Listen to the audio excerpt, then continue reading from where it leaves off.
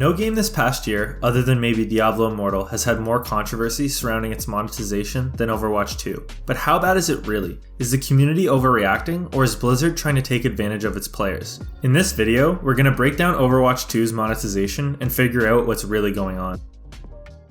Overwatch 2 is a hero shooter that revolves around two teams of 5 players competing in objective-based game modes. The main impact that monetization has on Overwatch 2's core gameplay is how you unlock the heroes you play as in-game. When you boot up the game for the first time, you'll start with 13 of the original Overwatch 1 heroes, and you'll get the rest of the original heroes by just playing matches. It'll take around 100 matches or 21 hours of gameplay to get them all.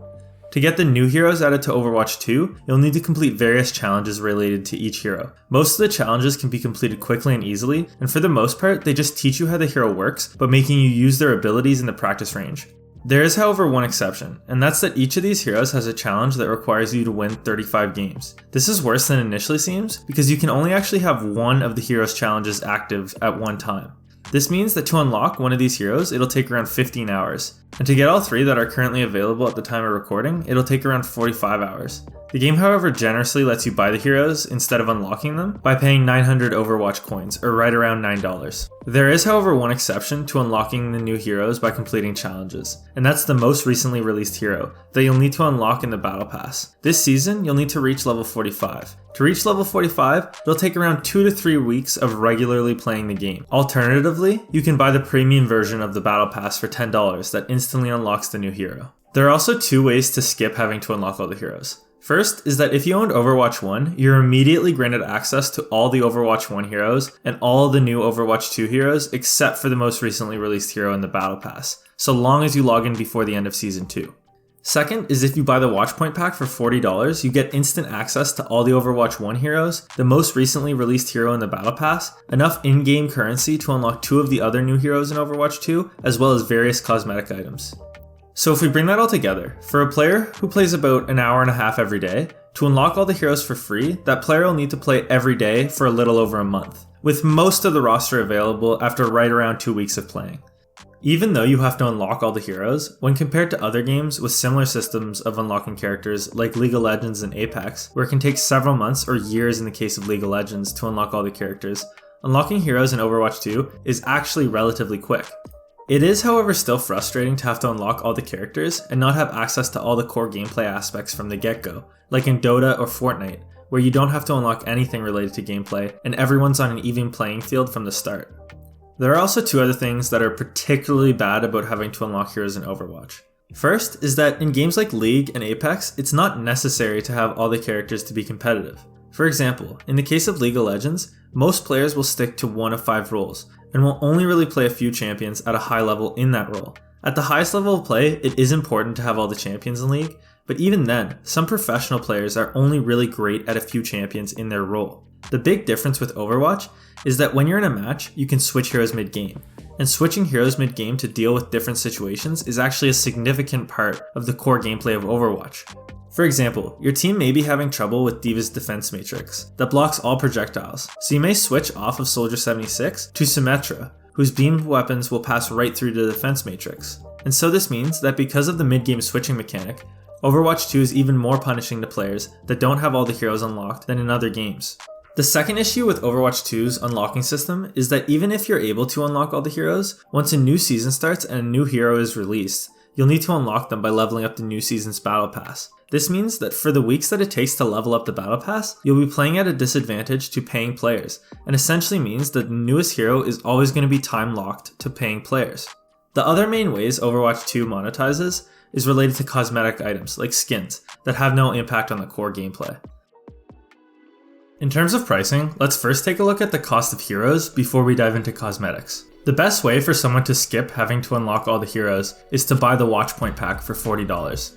As we saw before, this gives you access to all the Overwatch 1 heroes, 2,000 Overwatch coins, the most recent premium Battle Pass along with the newest hero, and various cosmetic items. Currently, this is by far the best value you'll see in this game. Just the premium Battle Pass and Overwatch coins on their own are worth $30, and if you were to then just add the value of one of the legendary skins in the pack on its own, it would bring the total value up to over $40.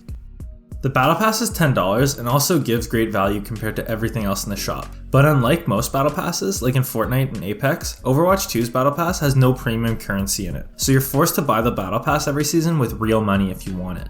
And lastly, buying a new Overwatch 2 hero individually costs around $9. This is a little over the cost of a character in other games, like in League or in Apex Legends, where it costs at most $7 for a new character. Now, in terms of cosmetics, I'm mainly going to be focusing on the skins because that's what's most heavily marketed and in general seems to be what most players are interested in. In Overwatch 2, skins are split up into 3 rarities. Rare skins are 300 coins, or around $3, and are just recolors of heroes' base skin. Epic skins cost 1,000 coins, or around $10, and mostly change the colors of the hero and will make minor changes to their model. And lastly, legendary skins cost 1,900 coins, or around $19, and for the most part are major changes to the hero's model. Now, if we look at League of Legends, most new skins cost $10 and change the model, ability animations, and various other aspects of the character, like recoil, voice, and sound effects. And in Fortnite, most normal skins cost around $10 as well, and will significantly change the model, and usually comes with different styles, and may even come with other items included, like wraps, backpacks, or pickaxes. In Overwatch 2, most of the new skins released are legendary skins, that for the most part only change the character's model. These cost almost double the price of normal skins in Fortnite and League of Legends, and those skins offer even more changes to the characters or other bonus content like variants. Another issue with the high prices of skins in Overwatch 2 is that since it's a first-person game, for the most part, the only part of your own character's skin you're going to be seeing in-game is the weapon, making it even harder to justify the cost. As for the epic skins at $10, these just don't change enough to warrant the same price as a full skin in other games.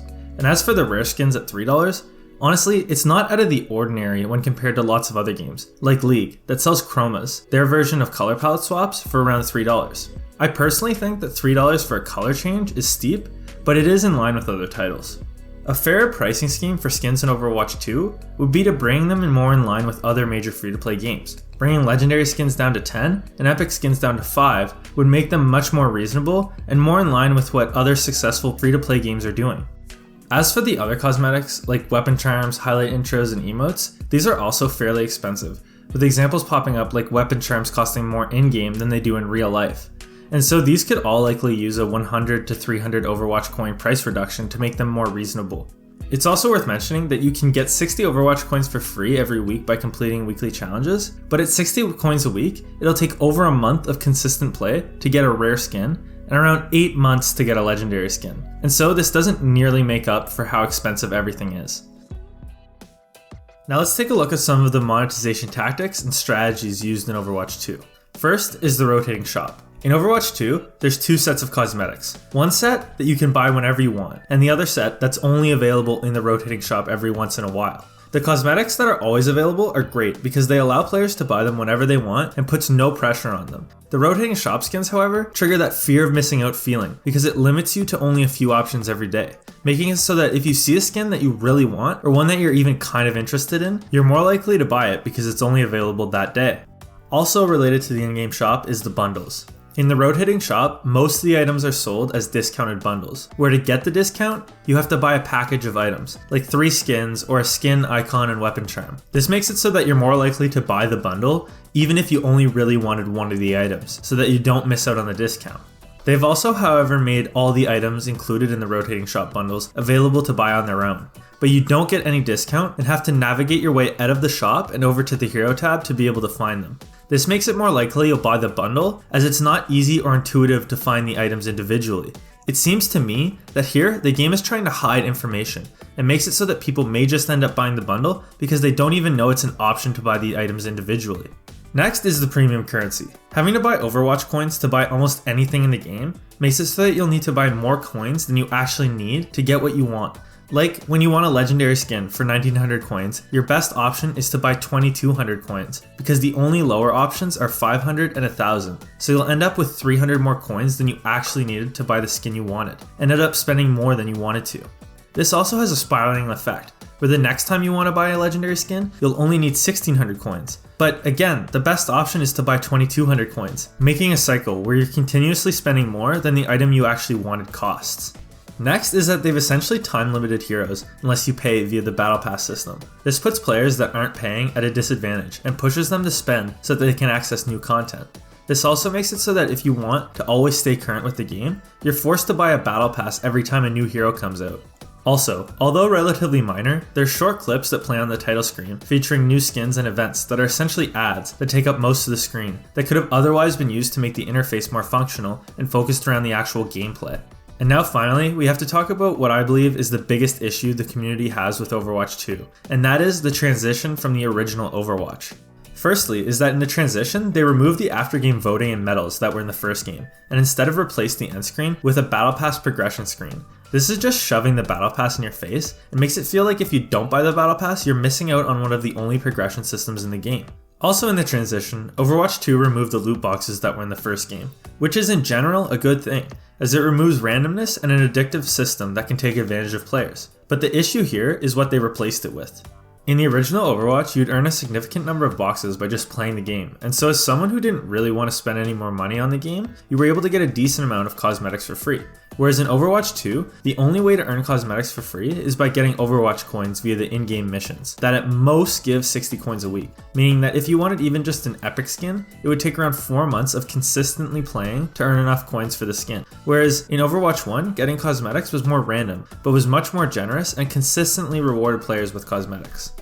In the first game, all heroes were unlocked for all players on release.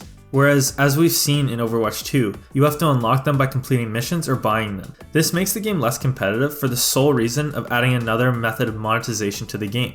To be fair to Blizzard, the original Overwatch was a paid game, whereas Overwatch 2 is free to play, so you'd expect them to be less generous in the second.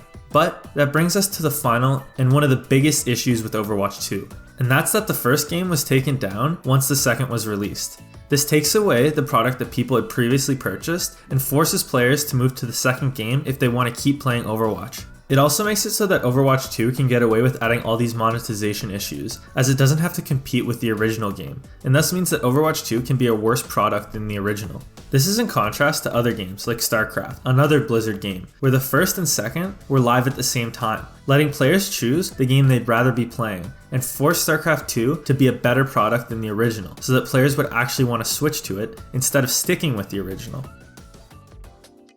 In terms of monetization's impact on gameplay, you're able to get all the heroes relatively quickly, but not having them all unlocked right away puts you at a greater disadvantage in Overwatch than in other games because of the ability to switch heroes mid-game. Also, paying players are going to have an advantage over free players by a few weeks every time a new hero comes out because of the Battle Pass system that acts as a paywall. Therefore, I rate this section a 6.5 out of 10. Overall, in terms of pricing, the Battle Pass and Watchpoint Pack are both sold for pretty standard prices and are actually great value when compared to other items in the shop. But the cosmetics, and especially the skins, are definitely overpriced, costing almost double the price of what you'd expect from similar games, and therefore it drags this section down to a 4 out of 10. For a free-to-play game, there's a noticeable amount of monetization strategies being used, but I wouldn't say they're especially bad when compared to other free-to-play games. Where Overwatch 2 really went wrong was with the transition from the original game, and how badly they burned their own community, and so I can't rate this section any higher than a 3 out of 10. Overall, Overwatch 2 is a fun game that can be enjoyed, but has issues with its pricing and has severely damaged its reputation due to Blizzard's questionable business practices and poor treatment of the community. Overall, I give Overwatch 2's monetization a rating of 4.5 out of 10. Hey, thanks for watching. If you'd like to see all the monetization reviews I've released so far, click the link on screen right now.